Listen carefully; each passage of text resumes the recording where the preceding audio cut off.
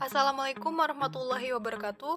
Perkenalkan, saya Cita Kemeliasari dari Prodi Akuntansi ingin mempresentasikan hasil dari tugas makalah mata kuliah Bahasa Indonesia yang bertemakan sesuai dengan prodi masing-masing yang berjudul Teori Akuntansi. Yang pertama, pada bab 1 pendahuluan, latar belakang masalah. Seiring dengan perkembangan masyarakat, akuntansi semakin dibutuhkan dalam dunia usaha. Pada awalnya, bentuk pencatatan akuntansi sangat sederhana, namun sejalan dengan perkembangan teknologi dan manusia yang semakin pesat, bentuk pencatatan akuntansi disempurnakan. Banyak terjadi kelemahan dalam praktik akuntansi pada perusahaan kecil. Kelemahan tersebut disebabkan oleh beberapa faktor, antara lain pendidikan dan standar akuntansi yang berlebihan yang dijadikan pedoman dalam penyusunan pelaporan keuangan. Oleh karena itu, agar industri menengah tidak banyak mengalami kesulitan dalam memahami informasi akuntansi dengan baik, dibutuhkan pemahaman dari teori akuntansi. Kemudian, rumusan masalah.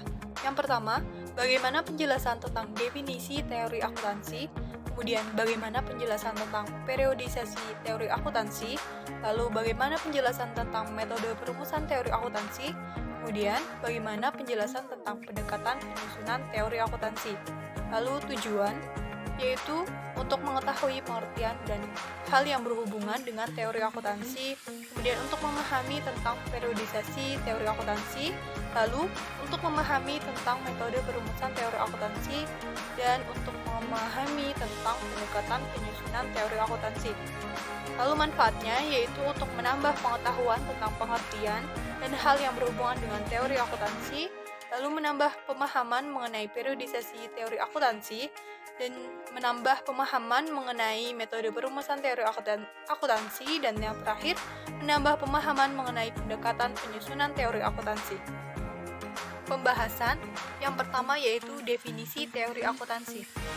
Verloncamp 1986 menganggap bahwa teori akuntansi adalah suatu sistem yang komprehensif di mana termasuk postulat dan teori yang berkaitan dengannya. Dia membagi unsur teori dalam beberapa elemen, yaitu postulat atau asumsi dasar, definisi, tujuan akuntansi, prinsip atau standar, dan prosedur atau metode-metode.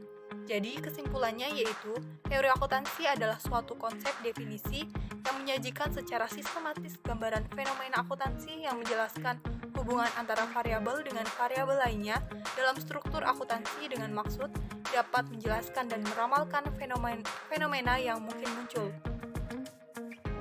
Kemudian, periodisasi teori akuntansi. Yang pertama, periode prateori 1492 sampai 1800.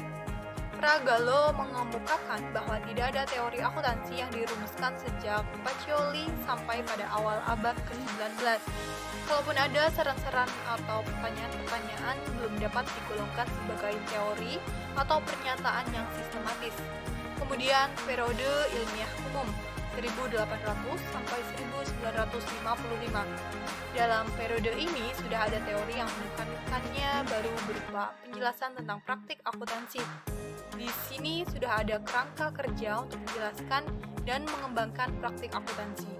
Akuntansi berdasarkan metode empiris yang berfokus pada pengamatan atas kenyataan sehari-hari atau realitas, bukan didasarkan pada logika. Kemudian periode normatif 1956 sampai 1970.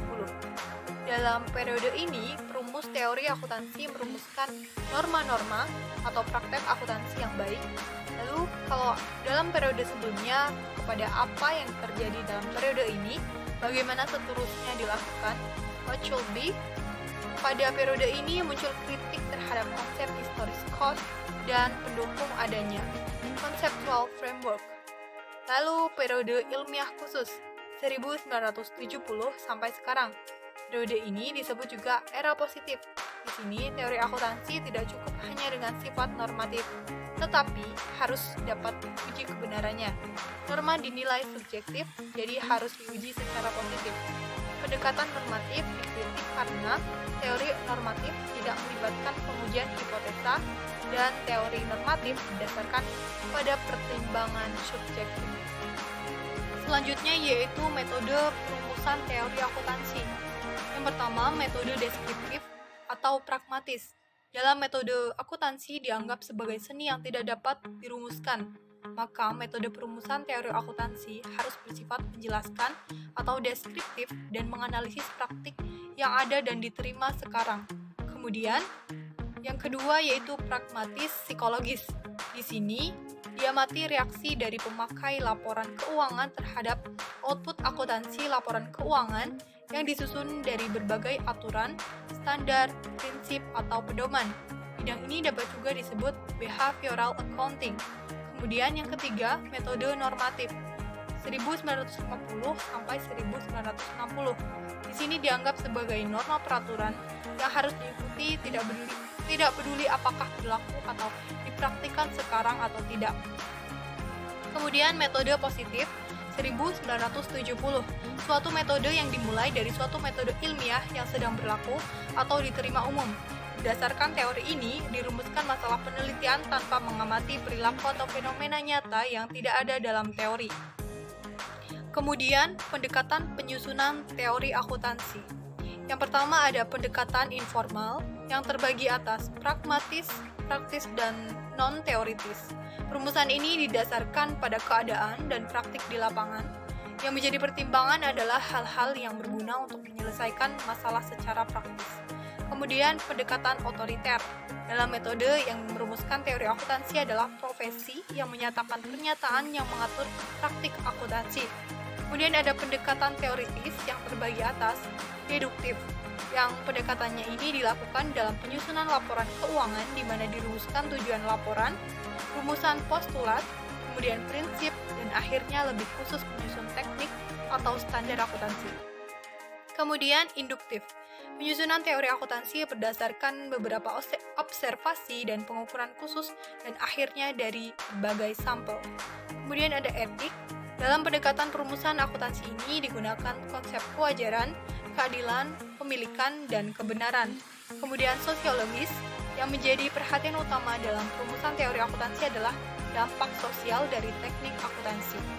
Jadi yang menjadi perhatian bukan pemakai langsung, tapi juga masyarakat secara keseluruhan.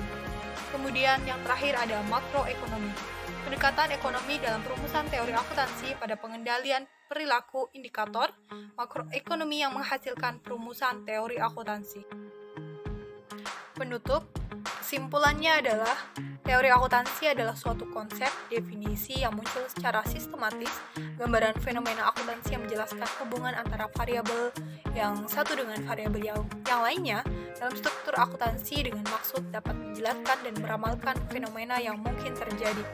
Lalu dalam merumuskan teori akuntansi ada beberapa metode yang dapat digunakan, yaitu metode deskriptif atau pragmatis, pragmatik psikologis, metode normatif, dan metode positif. Lalu dalam merumuskan teori akuntansi di Indonesia menggunakan standar akuntansi. Itulah beberapa penjelasan yang dapat saya sampaikan. Kurang dan lebihnya mohon maaf yang sebesar-besarnya. Sekian dari saya.